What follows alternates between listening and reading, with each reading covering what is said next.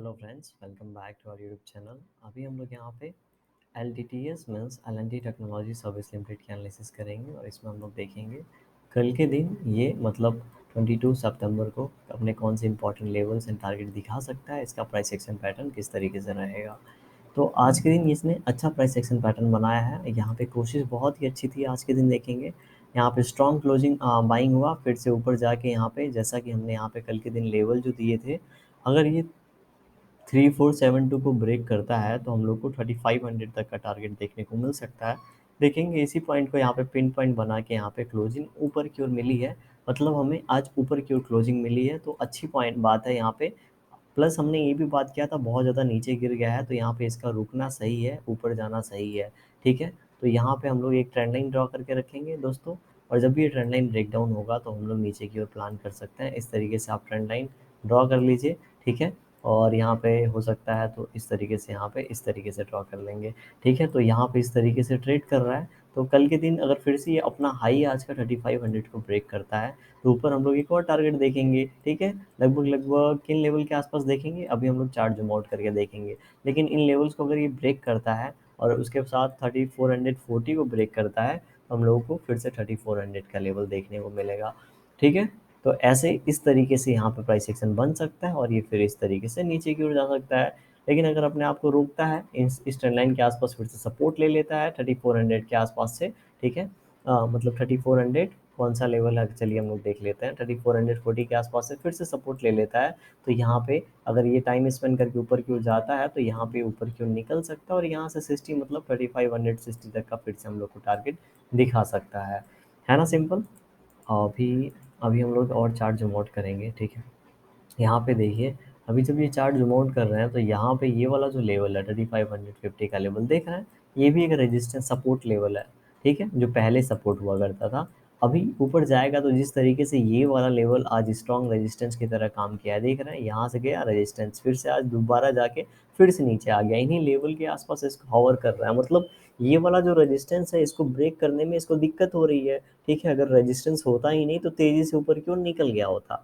लेकिन यहाँ पे क्या हो रहा है, दिक्कत हो रही है, तो अभी क्या होगा, ये इस तरीके से अगर टाइम स्पेंड करने के बाद इसको ब्रेक करता है तो ऊपर की ओर निकल पाएगा दोस्तों। लेकिन अगर ये फिर से कल के दिन, ठीक है, फिर से कल के दिन यहाँ पे इसके अंदर ही टाइम स्पेंड कर रहा है, इसका मतलब ये है कि ये ब्रेक नहीं कर पा रहा है और हो सकता है आने वाले 1-2 दिन इसके अंदर टाइम स्पेंड करे। क्योंकि ये देखेंगे यहाँ पे क्या बोला था मैंने, ये आने के बाद इस तरीके से यहाँ पे हो सकता है रेंज बने।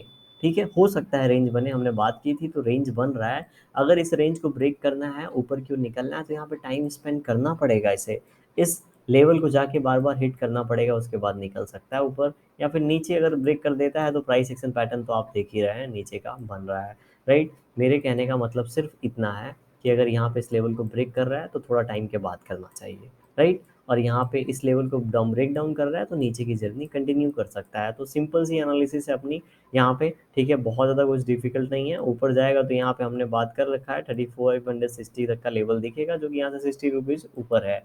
अब 1 डे टाइम फ्रेम पे चल के देख लेते हैं वहाँ पे क्या कैंडलस्टिक पैटर्न बने हैं, क्योंकि वो भी इंपॉर्टेंट है। ठीक है, क्योंकि डेली टाइम फ्रेम पे भी देखना हमारे लिए इंपॉर्टेंट है क्या चल रहा है। तो यहाँ पे 5 दिन के गिरावट के बाद, ठीक है, यहाँ पे ऊपर जाने की कोशिश तो कर रहा है। आज अच्छा कैंडल भी बना है तो कल अपना हाई अगर ब्रेक करता है तो ऊपर क्यों निकलेगा। ठीक है, अगर ये वाला जो ग्रीन कैंडल इसका लो ब्रेक करता है तो नीचे की ओर जा सकता है, क्योंकि अच्छा खासा रेंज में है लेकिन क्लोजिंग ऊपर मिली है।